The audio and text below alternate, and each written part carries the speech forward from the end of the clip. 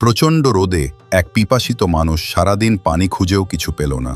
গলা শুকিয়ে কাঠ, শরীর ক্লান্তিতে ভেঙে পড়ল। ঠিক তখনই পথে দেখা হলো এক লোভী মানুষের সঙ্গে।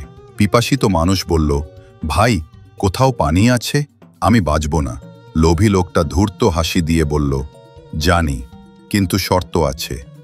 পানি খাওয়ার পর তোমাকে তোমার শরীর থেকে আমাকে সামান্য মাংস দিতে হবে। প্রাণ বাঁচানোই বড় কথা।